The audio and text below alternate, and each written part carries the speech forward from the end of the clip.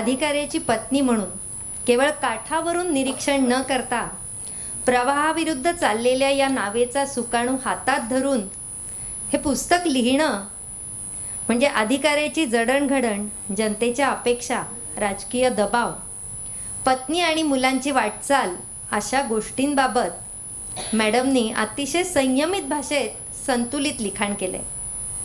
स्वतः उच्च शिक्षित असून स्पर्धा परीक्षेत यशस्वी होऊन उच्च पदाची नोकरी करण्याची क्षमता असूनही अधिकारी पतीच्या नोकरीतच आपलं करिअर शोधणारी लेखिका त्या अधिकाऱ्याच्या पत्नीची शासकीय सेवेप्रती समर्पित बांधिलकी दाखवते. आजच्या तरुण पिढीला कदाचित हे समर्पण म्हणजे एक वेडेपणा वाटेल. ही कहाणी जरी लेखिका आणि तिच्या सनदी अधिकारी पतीची असली तरी तिचा प्रवास आपल्या सर्वांच्या कहाणीत परिवर्तित व्हावा अशीच लेखिकेची अपेक्षा आहे. आणि म्हणूनच ही आमची कहाणी आपली कहाणी आहे. या कहाणीच्या लेखिका सौ प्राजक्ता आव्हाड या BSc इलेक्ट्रॉनिक्स, राज्यशास्त्रात MA आणि LLBची पदवी प्राप्त आहेत. तसंच ग्राहक संरक्षण विषयावर प्रमाणपत्र अभ्यासक्रम, स्त्री सबलीकरण आणि विकास या विषयात पदविका प्राप्त आहेत. महिलांच्या प्रश्नाबाबत आणि कायदेविषयक हक्कांबाबत त्यांनी अनेक सामाजिक संस्थांत काम केलं आहे.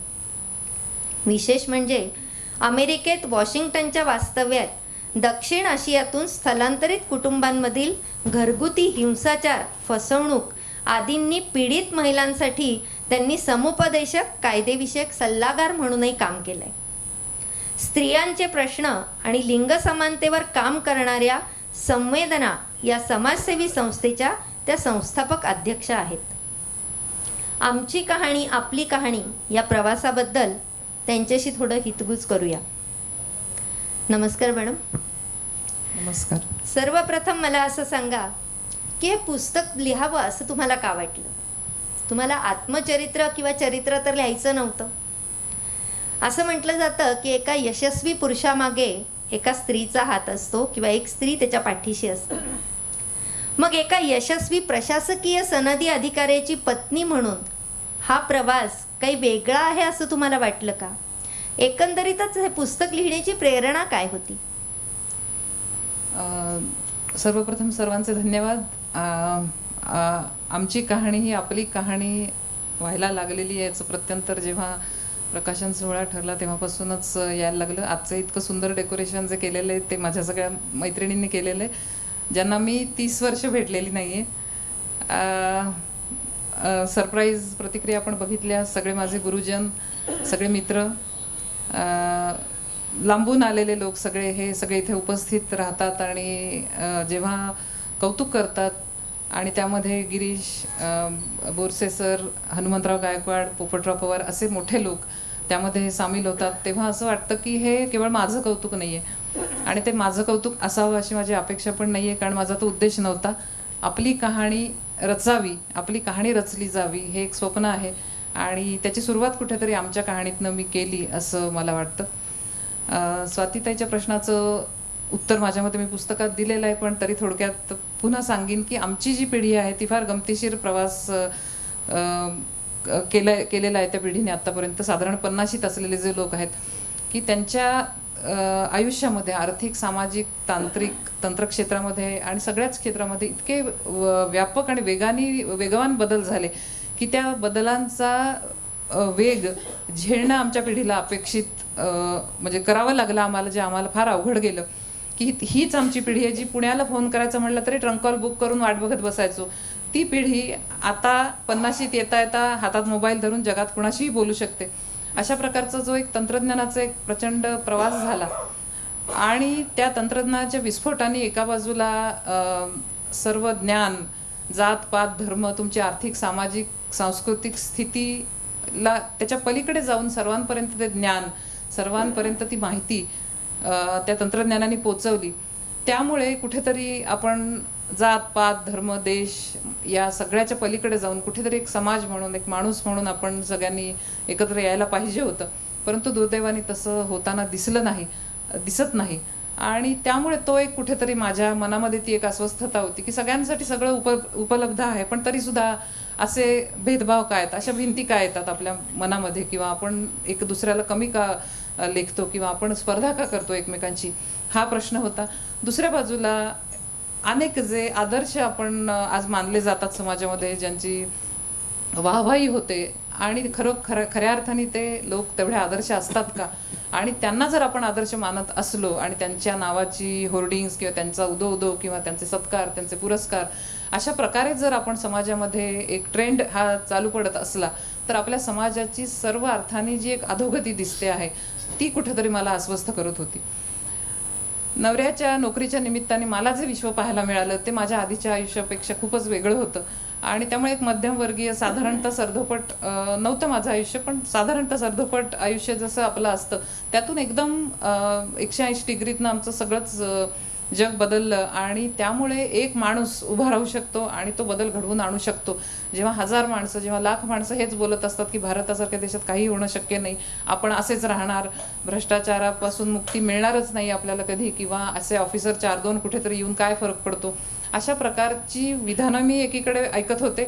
अशा प्रकारची चुकीची कामं करणारे अधिकारी मी पाहत होते, आणि त्याच वेळी माझ्या घरामध्ये एक माणूस पाहत होते की तो या सगळ्या विचारांशी लढा देत होता.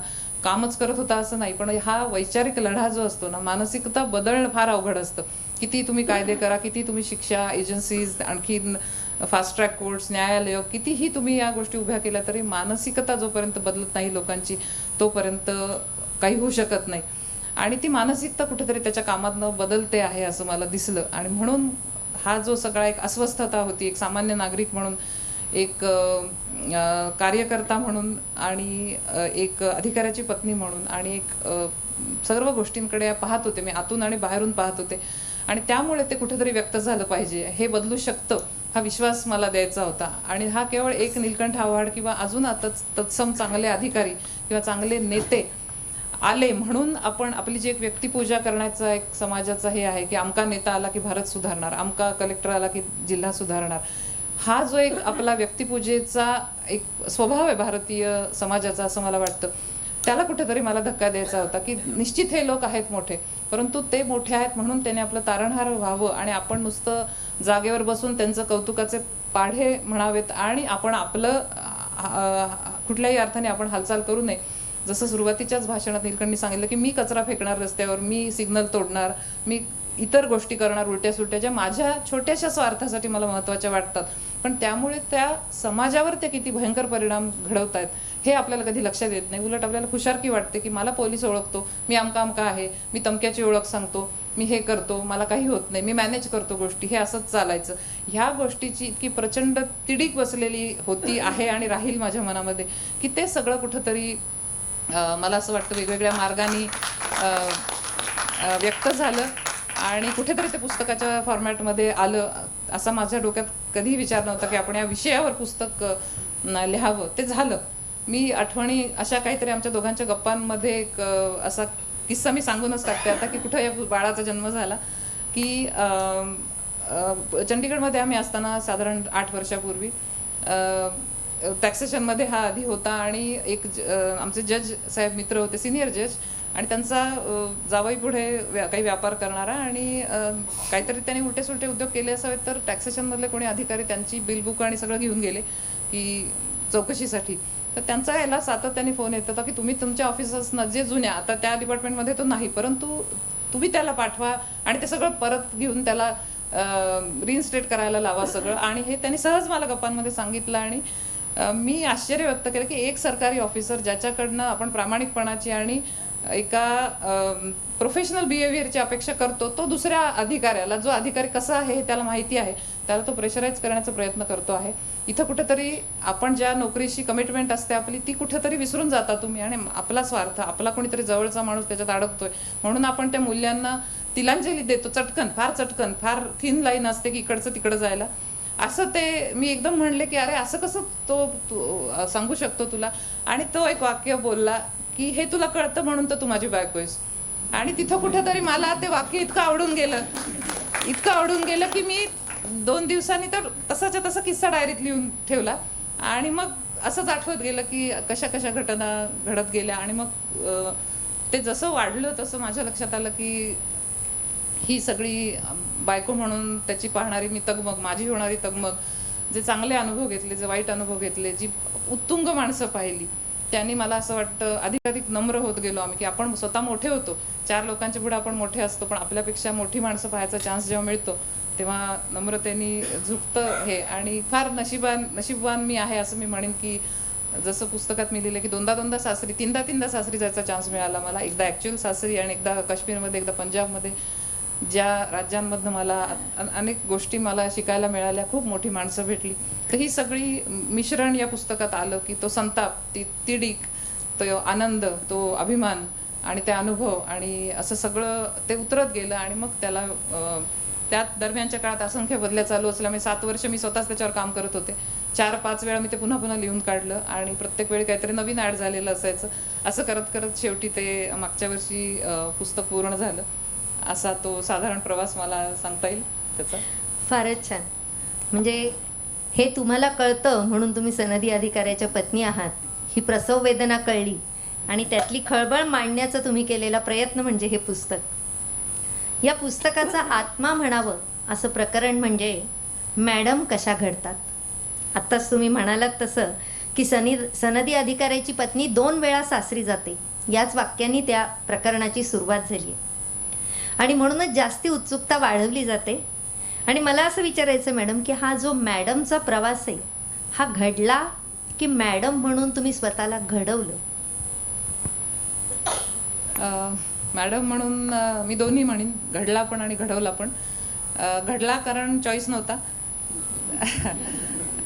अधिकारी जेव्हा एखादा उमेदवार सिलेक्ट होतो तेव्हा त्याला एक मिनिमम ट्रेनिंग आणि किमान लेव्हलचं काहीतरी त्याला जे कॅडर मिळालेलं आहे, जी सर्व्हिस त्याला मिळालेली आहे, त्याचं एक थोडंसं त्याच्या मनामध्ये एक चित्र घेऊनच तो त्याच्या कॅडर राज्यात जातो आणि तिथं काम करायला सुरुवात करतो. मॅडम मात्र एकदम विंगेतनं धडामकन एखादं पात्र नाटक चालू असताना पडतं, तशा पद्धतीने मॅडमची त्या सनदी सेवेमध्ये एंट्री होत असते. आणि सगळ्या असंख्य चुका करत, असंख्य गमती जमती करत ती मॅडम घडत जाते. पुस्तकात मी त्याचे अनेक अशा किस्से लिहिलेले आहेत, ते मी परत सांगत नाही.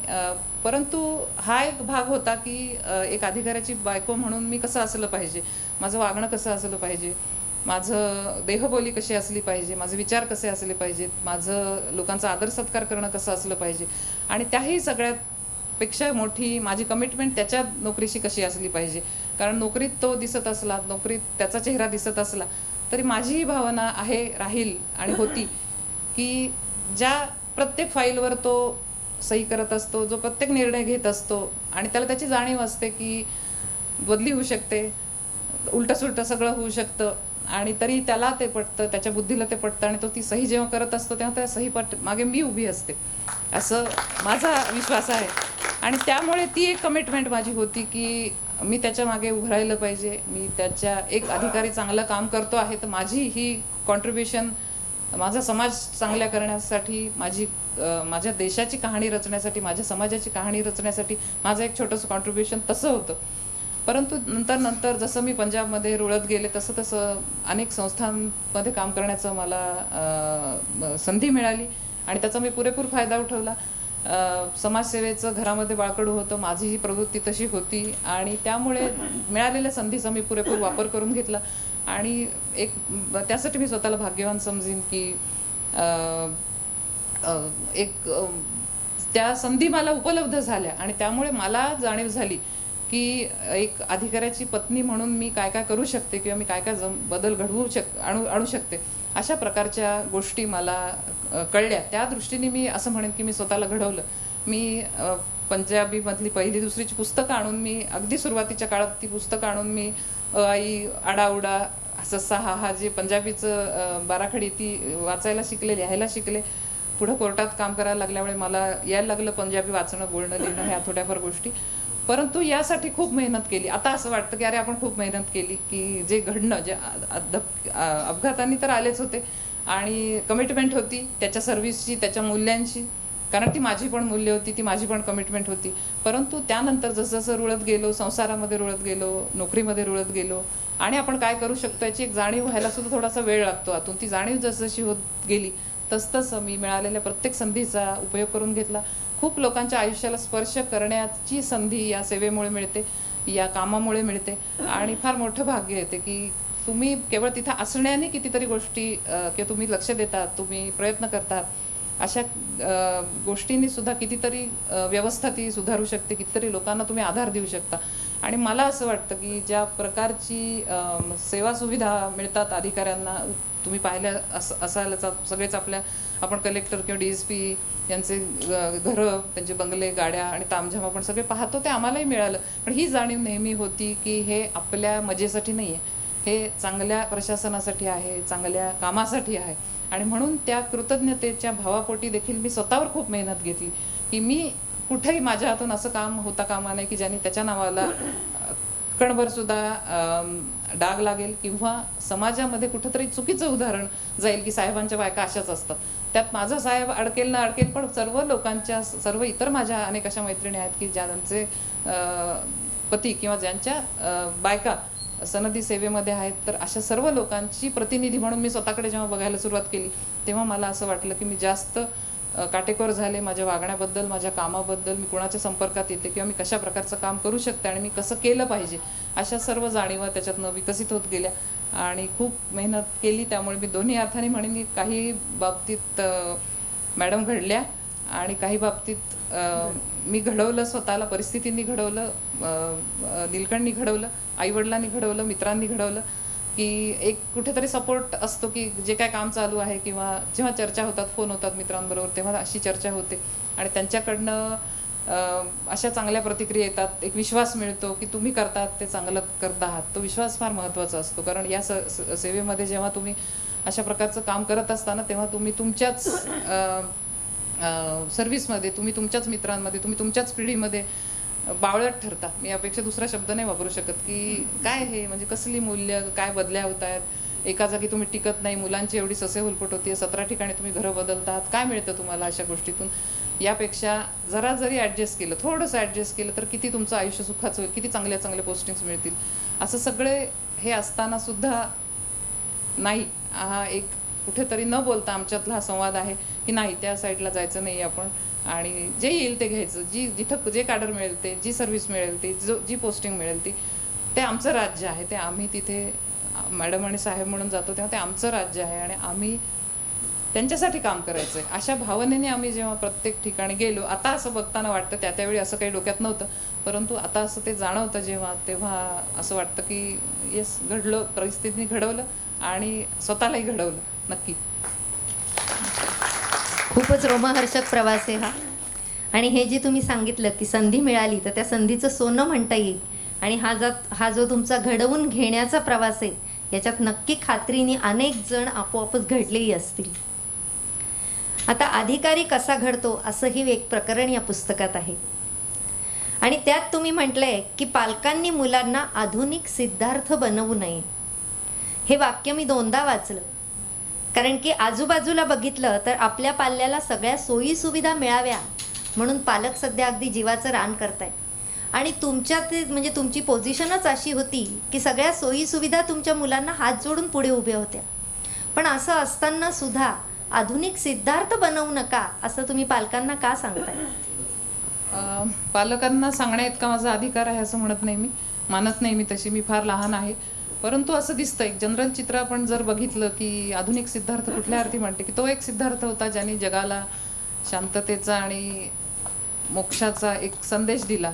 आपल्या एक वेगळाच पैलू आपल्या जीवनाला ज्याने उपलब्ध करून दिला. तो सिद्धार्थ होऊ नये, तो गौतम बुद्ध होऊ नये म्हणून त्याच्या वडिलांनी आटापिटा केला, त्याला ऐशारामात ठेवलं, त्याला जेणेकरून त्याचं दुःख, वेदना, आजारपण, मृत्यू या गोष्टीकडे त्याचं लक्ष जाऊ नये म्हणून.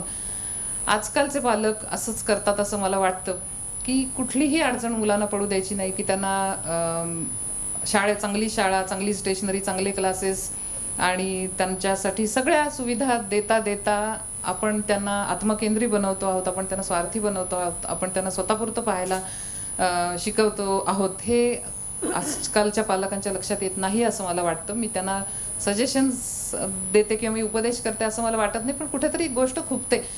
गिरीश बसलाय समोर, बालमित्र आहे माझा, मी लहानपणापासून त्याला बघितलेलं आहे आणि जेव्हा कुठे तो रेड लाईट एरियामध्ये वारंवार जात होता, आता माझी मुलं त्या वयात आहेत, तेव्हा मला असं वाटतं की काय वाटलं असेल दिनू काका आणि शोभा काकूला की अरे आपला मुलगा काय करतोय. आणि त्यावेळी पालक म्हणून त्यांनी जी काही हिंमत दाखवली ती आजकालचे किती पालक दाखवू शकतील. किंवा त्याच्याबरोबर काम करताना मी आणि माझी एक मैत्रीण कल्पना, आम्ही त्या प्रत्येक खोलीमध्ये गेलो, आम्ही प्रत्येक त्या स्त्रीचा सर्वे केला, रेकॉर्ड ठेवलं, मुलांचा सर्वे केला, औषध पाणी पुरवण्यापासून वारंवार या गोष्टी घडल्या. आणि आम्ही दोघं तसे बऱ्यापैकी ज्याला आपण प्रतिष्ठित घरं, नामवंत घरं म्हणू, अशा घरातल्या असताना सुद्धा आमच्या पालकांनी जी हिंमत दाखवली की आपली अगदी कॉलेजच्या पहिल्या दुसऱ्या वर्षाला असलेली तरुण मुलं ती अशा वस्तीमध्ये जात आहेत. आणि इतक्या म्हणजे मुलगी म्हणून तर आणखीनच आता मला वाटतं की त्यावेळी तिने काय विचार केला असेल आईने किंवा वडिलांनी, हे मला सांगता यायचं नाही आता. परंतु ती कहाणी कुठंतरी तिथं सुरू होते. ते मूळ जे स्नेहालयचं दिसतं किंवा हे मूळ जे आज इथं दिसतं त्याची कहाणी कुठंतरी मागे सुरू झालेली असते. आणि ती कुठेतरी पालकांपासून, त्यांच्या विचारांपासून सुरू झालेली असते. आणि कुठंतरी त्यांना असं वाटलं नसेल का की आपला मुलगा बोर्डात यावा किंवा आपल्या मुलींनी IIT-ला जावं किंवा गिरीशनी त्याच्या कुवतीपेक्षा कितीतरी चांगलं काम तो करून दाखवू शकतो किंवा त्यांनी त्याची कुवत वाढवायची गरज आहे, असे प्रश्न त्यांच्याही मनात आले असतील कदाचित. परंतु त्यांनी कुठलाही अडसर त्याच्यावर घातला नसेल किंवा घातला असला तरी संघर्षातनं ते नातं पार झालं असेल. परंतु असे पालक आहेत आणि म्हणून हे कुठंतरी स्नेहालय उभं राहतं किंवा म्हणून अशा प्रकारची कामं उभी राहतात, म्हणून अशा प्रकारचे अधिकारी उभे राहतात. आणि त्यामुळे मला असं वाटतं की पालकांनी आपल्या मुलांना मार्कवंत बनवू नये, की मार्क पाडा, नोकऱ्या करा, परदेशी जा, ह्याच्या पलीकडे फार मोठी दुनिया आहे, याच्या पलीकडे फार मोठं लाईफ आहे, त्याच्या पलीकडे फार मोठा समाज आहे, त्याच्यात सुख दुःख आनंद आणि कितीतरी समस्या आहेत ज्याच्याकडे आपण एक संधी म्हणून बघू शकतो. की त्या समस्यांकडे समस्या म्हणून न बघता सुधारण्याची संधी म्हणून आपण बघू शकतो. पण त्यासाठी पालकांनी मुलांना जे स्वातंत्र्य दिलं जायला पाहिजे ते आपण बऱ्याचदा देत नाही. आणि आपल्या मुलांनी सरधोपट याच्यातनं घालवावं. मुलांनी आपल्या दुःख, दारिद्र्य, दैन्य किंवा समाजाचे इतर कुठलेही प्रश्न बघू नयेत. अशा प्रकारे जे वाढवलं जातं मुलांना की कोडिंग शिका, अमकं शिका, तमकं शिका, पण मुलांना एक स्वतःचं पोट भरता येईल एवढा सँडविच सुद्धा करून खाता येत नाही किंवा चहा सुद्धा करून पिता येत नाही, ही अवस्था जर आपली असेल तर मला वाटतं की पालकांनी ते शिक्षण या गोष्टीकडे परत किंवा मुलांना सिद्धार्थ बनवणं, हे मी त्या दृष्टीने म्हणते. आमच्या मुलांनी आम्हाला धक्के दिले या बाबतीत. आम्ही थोडेसे तेवढ्या पालकांनी इतके नसलो तरी आमच्याही मुलांनी किमान एक मार्ग पकडावा असा आमचाही विचार होता. आणि दोन्ही मुलांनी त्यांचे मार्ग निवडले आणि त्यांच्याकडनं आम्ही खूप शिकलो की त्यांना स्वतःलाच सिद्धार्थ बनायची इच्छा नाहीये, हे त्यांच्या वागण्यातनं त्यांनी दाखवून दिलं. आणि असं वाटतं त्यामुळे पालक म्हणून पालकत्व आमचं कितपत आहे हे सांगू नाही शकणार. आदर्श अशी कुठलीच गोष्ट नसते, आदर्शाचं कुठलंच नातं नसतं. परफेक्ट आई वडील, परफेक्ट नवरा बायको किंवा परफेक्ट मुलं अशी नसतात कधी. परंतु जी काय आहेत ती त्याच्यातून त्यांनी एक समाजाभिमुख अशा प्रकारे त्यांचं वागणं असावं असं मला वाटतं. आणि म्हणून आजकाल हे जे अतिरेक चालू आहे मुलांना एका विशिष्ट चाकोरीत घालण्याचा, आणि त्यामुळे आपण एक असा समाज निर्माण करतोय की जो सुरुवातीला नीलकंठी त्याच्या भाषणात बोलला की लोकशाही आणि एका कॉन्स्टिट्यूशनची आपण बांधिलकी आपण स्वीकारलंय, परंतु आपण इन लेटर्स अँड स्पिरिटमध्ये फक्त लेटर्स घेतलीत, स्पिरिट कुठेतरी हरवलंय. ते स्पिरिट कुठेतरी या पालकांनी त्यांच्या मुलांमध्ये आणावं असं मला वाटतं मनापासून. आणि म्हणून मी त्या अर्थाने आधुनिक सिद्धार्थ असं त्यामध्ये शब्दप्रयोग वापरलेला आहे. तुमच्या मुलांना आधुनिक सिद्धार्थ बनावं असं वाटत नाही, ही तर खूपच कौतुकाची गोष्ट आहे.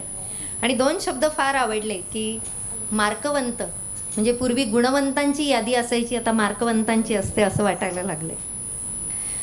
तुमच्याच पुस्तकातलं एक प्रकरण आहे, ढासळती उतरंड आणि पोखरलेलं घर. आणि या प्रकरणात ब्युरोक्रेसीच्या सद्य परिस्थितीबद्दल तुम्ही इतकं पोटतिडकीने लिहिलंय. मला असं वाटतं मॅडम, वास्तविक पाहता तुम्ही काही त्या व्यवस्थेचा भाग नाही, पण तरी ब्युरोक्रेसी हा विषय लेखनातून पुढे मांडावा असं का वाटलं तुम्हाला? ब्युरोक्रेसीचा मी स्वतः प्रत्यक्ष भाग नसले किंवा नाही असं मला वाटत होतं.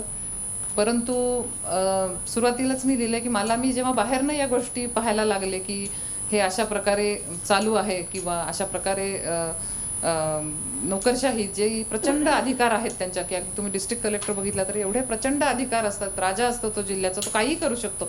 आणि असं असताना जेव्हा तेवढी कमिटमेंट दिसत नाही, दरवर्षी अनेक विद्यार्थी UPSCच्या याच्यातनं पार होऊन पुढे जातात आणि प्रत्येकाच्या मुलाखती तेच सांगतात की आम्हाला देश बदलायचा, आम्हाला समाज बदलायचा, आणि दुर्दैवाने त्यातली किती लोकांची कमिटमेंट पुढे राहते हा एक क्वेश्चन मार्क नेहमी मनामध्ये होता.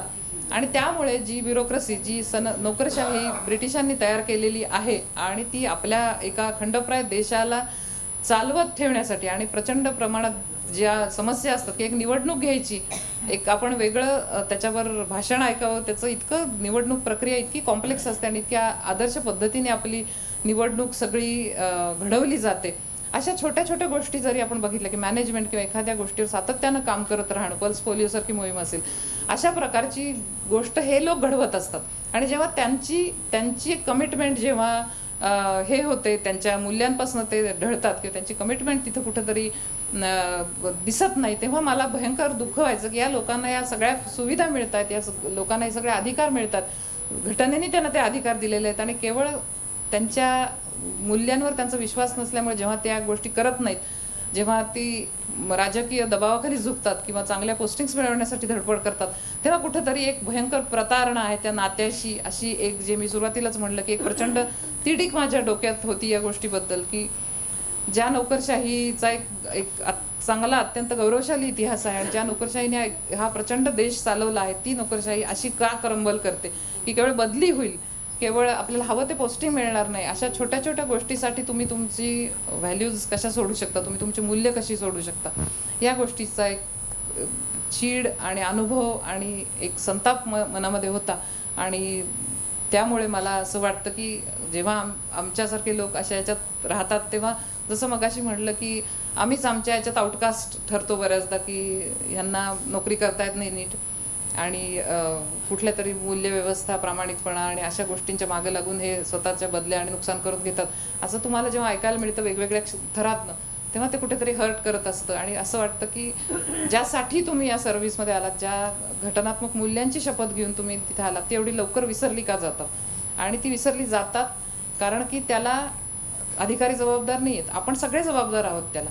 आपण जे सुरुवातीला मी म्हणलं की अमका अधिकारी आला की हा जिल्हा छान होणार, तमका अधिकारी आला की हे छान होणार, अशा प्रकारची जी आपली एक वृत्ती आहे, आपण सगळे यासाठी जबाबदार आहोत. आपण यांना आयदर त्यांची व्यक्तिपूजा करतो की हे फार महान, यांच्यासारखं कुणी नाही आणि ह्यांच्यामुळेच सगळं चालू आहे, अशा प्रकारची भावना बाळगणंही चुकीचं आहे, किंवा त्यांच्याकडनं अनाठाई अपेक्षा बाळगणं सुद्धा चुकीचं आहे. असं मला वाटतं की ते आपल्यातलेच लोक आहेत, आपल्यामधनंच एक परीक्षा पास करून ते त्या खुर्चीवर बसलेले आहेत, त्यांना ती सत्ता आणि त्यांना ते अधिकार मिळालेले आहेत, त्यांनी त्याचा वापर जनतेसाठी करावा. आणि आपणही त्यांच्याकडनं अपेक्षा बाळगताना कुठल्या तरी ग्लॅमरस किंवा चमकदार या नजरेने त्यांच्याकडे न पाहता आपण काय करू शकतो, एक नागरिक म्हणून, एक ज्या कुठल्या प्रोफेशनमध्ये आपण असू, ज्या भूमिकेत आपण असू, तिथे आपण आपल्या कमिटमेंटने, आपल्या समाजाच्या दृष्टीने आपण काम करणार नसू, तर त्या ऑलरेडी जी नोकरशाही जी ढासळते आहे, ज्याची उतरंड ढासळायला लागलेली आहे, जी गंजायला लागलेली आहे, त्याला आपण आणखी बाहेरूनही हातभार लावतो असं मला वाटतं.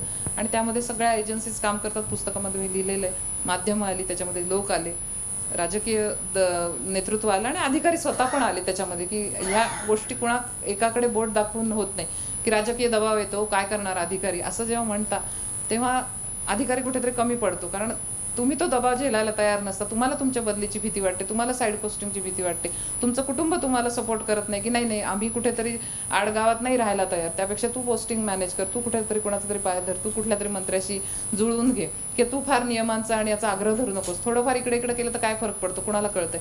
अशा प्रकारे जेव्हा कुटुंब कॉम्प्रोमाइज करायला लावतात, आणि हे बघितलेलं इतकी वर्ष, तेव्हा कुठेतरी वाटतं की ती नोकरशाही जी आहे तिचं मशीन गंजवण्यात आणि तिला ढासळवण्यात आपण सगळे कुठेतरी हातभार लावत असतो. आणि त्यामुळे ते कुठेतरी थांबलं पाहिजे. अधिकारी, नागरिक आणि राजकीय व्यवस्था, आपण सर्वसामान्य लोक, सगळ्या लोकांनी ती टिकवली पाहिजे असं मला वाटतं. कारण तीच खऱ्या अर्थाने आपला देश चालवू शकते. आपल्यासारखा हा विविध विरोधाभासांनी भरलेला जो देश आहे ना, तो चालवण्यासाठी अतिशय आदर्श व्यवस्था आहे असं मला वाटतं. ही की त्याच्यामध्ये सर्व गुणदोष त्याचे मान्य करून सुद्धा असं वाटतं की हे लोक आहेत आणि ही व्यवस्था चालू आहे, म्हणून आपला देश चालू आहे आजपर्यंत. 70-75 वर्ष जी काय आपली वाटचाल झाली आहे, त्यात ब्युरोक्रेसीचं फार मोठं कॉन्ट्रीब्युशन आहे. आणि त्यामुळे ते लोक ढासळताना जेव्हा पाहिले दिसतात अजूनही, तेव्हा कुठंतरी एक मनस्वी मला वेदना झाली तेव्हा, आणि होते नेहमी, अजूनही होते की का असं, म्हणजे आणि त्या याच्यातून ते प्रकरण लिहिलं गेलं की आपण त्या ढासळणाऱ्या घरात बसलेलो आहोत आणि कुठेतरी ते सावरायचा प्रयत्न करतो आहोत. मिळणाऱ्या प्रतिसादावरून तुम्हालाही कळलं असेल की आता ही खरंच आपली कहाणी आहे. कारण रोज प्रत्येक ऑफिसला गेलं की सगळ्याच पायरीवर ढासळलेली मूल्यच दिसत आहेत आणि याचा सामना रोजच आपण सगळे करतोय. पण ही तडफड जर प्रत्येक म्हणजे नोकरदार वर्गाच्या प्रत्येक गृहिणीला वाटली तर कदाचित हा बदल होईल असं वाटतं. आता हे जे एवढं सगळं लिखाण आहे हे इतकं संयमित आणि संतुलित लिखाण केलेलं आहे, पण या पुस्तकाचं शीर्षक आमची कहाणी आपली कहाणी असं साधंसं ठेवावं असं का वाटलं? शिवाय या पुस्तकाचं पान उघडून बघितल्यावर जी पहिली अर्पणपत्रिका आहे, साधारणपणे अर्पणपत्रिका म्हणजे एक जवळच्या नातेवाईकाला समर्पित केलेली असते, पण तुम्ही मात्र मीपासून आम्हीपर्यंत आणि आम्हीपासून आपणपर्यंत प्रवास केलेल्या सगळ्यांनाही अर्पण केली आहे. या दोन्ही गोष्टींचं जरा कौतुकही वाटलं आणि विशेषही वाटलं. याबद्दल काय सांगाल? स्वातीताईंनी जी आता प्रतिक्रिया व्यक्त केली ती तिने आधी केली होती, कारण मी तिला जेव्हा ड्राफ्ट वाचायला दिला तेव्हा तिने माझ्या नकळत, तिला सरप्राईजेस द्यायची सवय आहे, तेव्हा तिने माझ्याही नकळत त्याची प्रिंटेबल ड्राफ्ट तिने तयार करून ठेवला होता. तिची प्रतिक्रिया तीच होती आणि माझ्या अनेक मित्रांनी ज्यांनी ते पुस्तक वाचलं त्यांची पहिली प्रतिक्रिया अशी होती की फारच मिळमिळीत हे वाटतं शीर्षक, काहीतरी असं रंजक किंवा जे कॅची ज्याला म्हणतो आपण अशा प्रकारचं शीर्षक का दिलं नाहीस तू. परंतु त्याच मित्रांचे पुन्हा फोन आले की दुसऱ्यांदा जेव्हा आम्ही ते वाचलं तेव्हा आम्हाला जास्त कळलं की तू हे काय शीर्षक दिलेलं आहेस. मी मगाशीच सांगितलं किंवा या सगळ्यांच्या भाषणामध्ये पण हे आलं की मला कुठेही स्वतःचं चरित्र किंवा आमचं चरित्र आत्मचरित्र लिहायचं नव्हतं. आणि जसं खुशवंत सिंग अमृता प्रीतमनं म्हणाले, जेव्हा त्यांनी आत्मचरित्र लिहिलं अमृता प्रीतमने आणि त्यांना खुशवंत सिंगांना विचारलं की नाव काय देऊ, तुम्ही नाव सुचवा, तेव्हा ते म्हणले की उरलंय काय तुझ्या आयुष्यात, जी काय तू आहेस ती तुझ्या साहित्यातनं व्यक्त झाली आहेस, आता तुझं आयुष्य वगैरे सांगायचं म्हणजे काय, छोट्याशा स्टॅम्पच्या तिकीट आपला रसिदी तिकीट आपला लाल जो स्टॅम्प आपण लावतो त्याच्यावर मावेल एवढंच तुझ्यापाशी उरलेलं आहे, त्यात काय आणखी तू सांगणार आहेस. तशी कुठेतरी इथं भावना होती की जे काय आहे आयुष्य इतकं सार्वजनिक होतं आहे, म्हणजे या ब्युरोक्रेसीमध्ये तुम्ही एक ऑफिसर म्हणून काम करता, एक त्याचं कुटुंब म्हणून काम करता, तेव्हा वैयक्तिक आयुष्य चार भिंतीत सुद्धा नसतं. इतके लोक घरामध्ये असतात, इतके तुमच्या आसपास लोक असतात की वैयक्तिक आयुष्य नसतंच. आणि जे सार्वजनिक आयुष्य आहे त्यामध्ये आणि मी काहीतरी चार आत्मचरित्रात्मक गोष्टी लिहाव्यात असं मला वाटलं नव्हतं.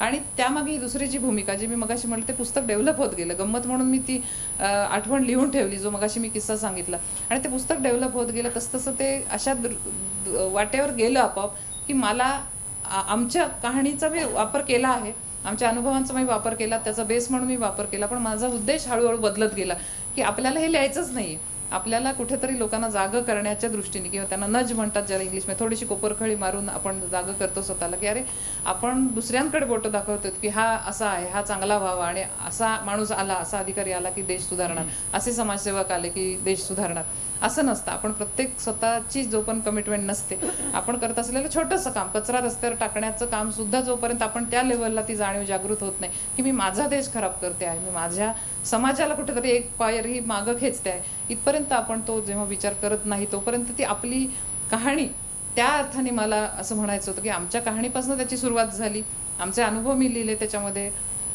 आणि आमची जी काही मूल्यव्यवस्था घेऊन आम्ही इथपर्यंत आलो आहोत त्याबद्दल मी लिहिलं त्यामध्ये सगळं.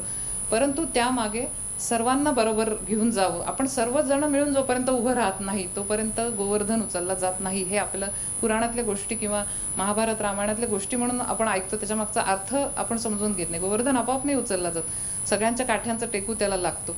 तसा आपला समाज एकदम नाही सुधारत, कुणीतरी एक संस्था, एक अधिकारी, एक नेता नाही करू शकत आपल्याला. एक समाज म्हणून जे याला आपण सोशल कॅरेक्टर म्हणतो की एक सामाजिक आपलं सगळ्यांचं एक मूल्य व्यवस्था किंवा आपलं स्वतःचं एक वर्तन जोपर्यंत त्या लेव्हलपर्यंत जात नाही की हा आमचा देश आहे, आमचं शहर आहे, हे आमचं आहे, हे अशी भावना जोपर्यंत येत नाही तोपर्यंत आपल्या छोट्या छोट्या कामाची, ऑफिसर्सच्या तर मोठ्या मोठ्या कामांनी लोकांचे आयुष्य बदलून जातात, चुकीच्या किंवा बरोबर केलेल्या त्यांच्या कामांनी लोकांचे आयुष्य बदलून जातात.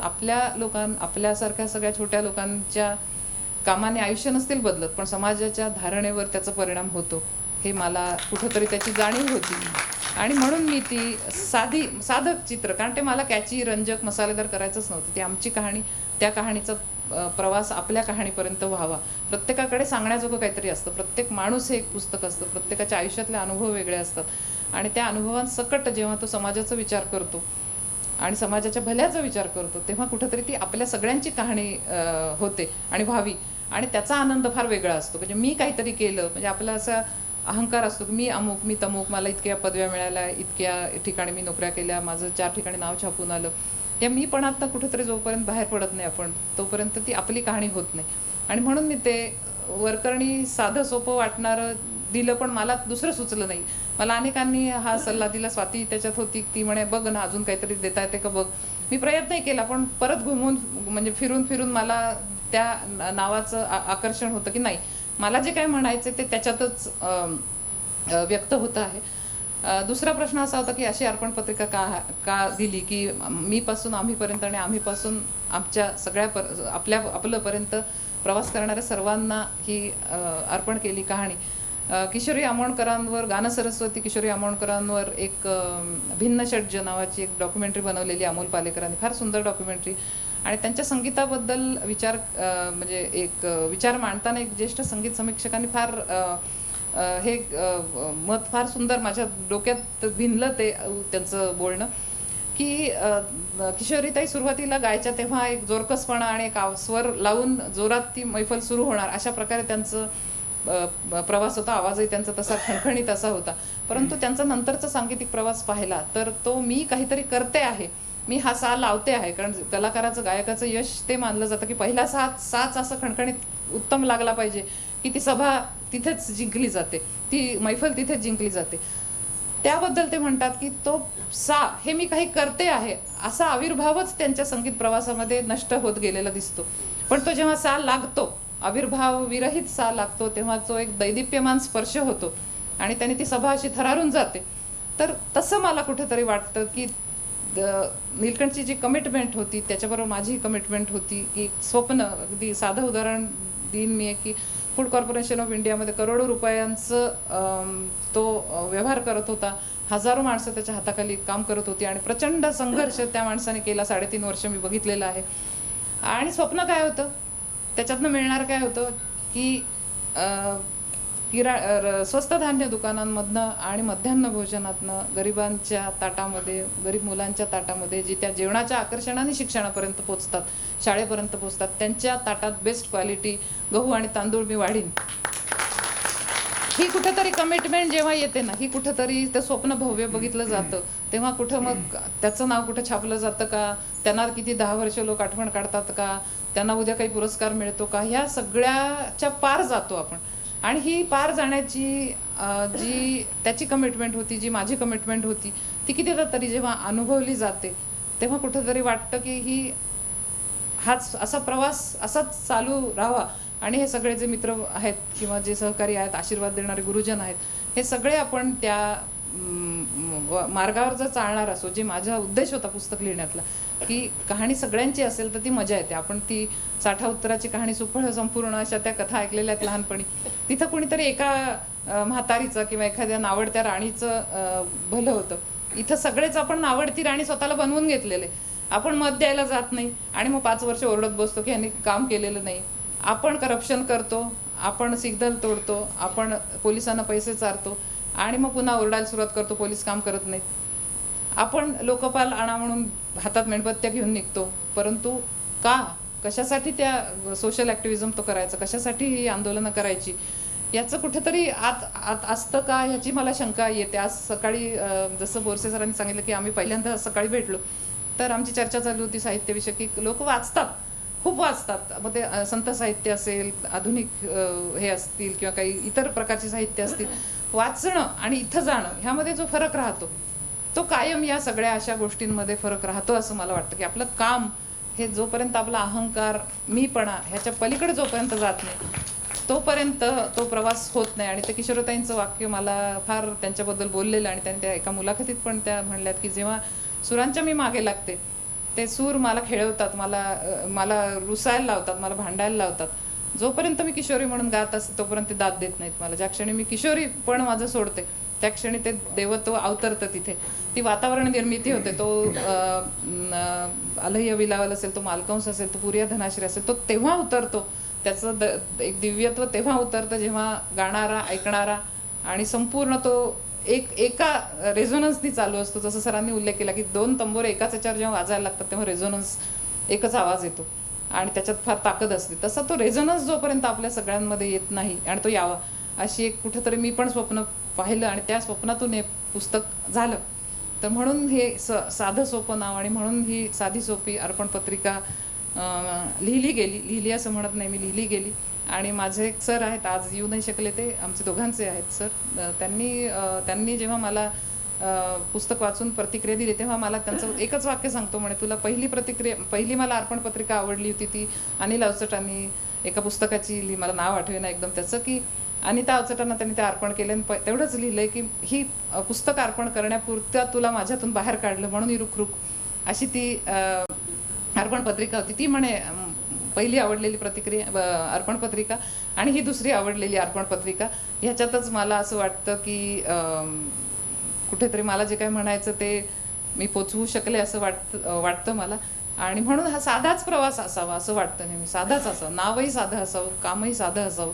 कमिटमेंट आणि मूल्य त्यांना मात्र सोडू नये आपण कधी. काम आपोआप होत राहतं, उभं राहतं. गिरीशने जसं मगाशी सांगितलं की स्नेहालय आज दिसतं तिथं, त्याचं पुन्हा पुन्हा मी कौतुक करते कारण मी त्याला फार जवळून पाहिलेलं. आजही जेव्हा जेव्हा भेटतो कुठल्याही फोटोत गिरीश दिसणार नाही, कधीही त्याच्या तोंडून येणार नाही की मी हे केलं, आपण करतोय, बाकीच्यांना पुढे करेल. आणि कुठंतरी एक म्हणजे आणखी अजून एक आठवण सांगते त्याची, की मागच्याच वर्षी आम्ही आलो होतो तेव्हा जेवायला गेलो होतो तेव्हा अशीच काहीतरी चर्चा चालू होती आणि की 20 पैकी 20 असलं तरच होतं, असं काहीतरी विषय चालू होता. तर तो म्हणला माझं गणित पहिल्यापासून कच्चं आहे, 16-17 असलं तरी मला चालतात. आणि हे चालणारे जे लोक असतात ना ते समस्यांवर बोट ठेवत नाहीत, त्याच्यातनं संधी शोधतात की काय कसं सुधारता येईल, आपल्याला कसं हे छान करता येईल. आणि अशा लोकांसाठी ही अर्पण पत्रिका आहे. आणि मी समजते की आपण सगळे त्याच्यामध्ये आपण सामील होऊयात. एक छोटं स्वप्न, एक प्रार्थना आहे, पसायदान जसं आपण मागतो तसंच मला असं वाटतं की ही अर्पण पत्रिका किंवा हे टायटल माझ्यासाठी एक पसायदान आहे की अशा प्रकारे आपण काम व्हावं. धन्यवाद. असं म्हणतात की साधं असणं हे फार अवघड असतं आणि मॅडमनी आत्ता हा जो प्रवास सांगितला साधेपणाचा तो फारच अवघड आहे. कारण की भारत माझा देश आहे पासून भारत कधी कधी माझा देश आहे इथपर्यंत प्रवास आपण फारच झपाट्याने केला आहे. आणि माझी जी मागणी होती की शीर्षकावर परत विचार कर, ती सशर्त आत्ता जाहीरपणे मागे घेते. तर मंडळी, अशी ही तुमची आमची सर्वांची कहाणी आहे. आपण आपल्या भूमिका, आपले व्यवसाय, आपली विचारसरणी वेगवेगळं असू शकेलही, पण एक समाज म्हणून आपण जेव्हा विचार करतो तेव्हा आपल्या प्रत्येक चांगल्या आणि वाईट, सकारात्मक आणि नकारात्मक कामाचा परिणाम संपूर्ण समाजावर होत असतो. त्यामुळे आपली कहाणी ही जेवढी आपली असते तेवढीच ती सगळ्या समाजाचीही असते. मग ती छोटीशी, बिनामहत्त्वाची, किरकोळ असेल किंवा मोठी, महत्त्वपूर्ण आणि थोरही असेल, पण ती समाजाच्या रचनेवर आणि धारणेवर कुठे ना कुठे परिणाम करते हे मात्र नक्की. आज या कहाणी आणि कहाणीच्या प्रकाशनाच्या सोहळ्यासाठी न्यू आर्ट्स कॉमर्सने हे सभागृह उपलब्ध करून दिलं, त्याबद्दल आम्ही सर्व त्यांचे ऋणी आहोत. आमच्या विनंतीला मान देऊन उपस्थित राहिलेले राजहंस प्रकाशनचे माननीय बोरसे सर, माननीय शिरीषजी शेवाळकर सर यांना धन्यवाद देते. तसेच आजचे अतिथी माननीय हनुमंत गायकवाड, माननीय पोपटराव पवार आणि माननीय गिरीश कुलकर्णी यांचेही आभार. आणि आमची कहाणी, आपली कहाणी जमलेल्या आपल्यासारख्या सर्व प्रेक्षकांना हृदयापासून धन्यवाद.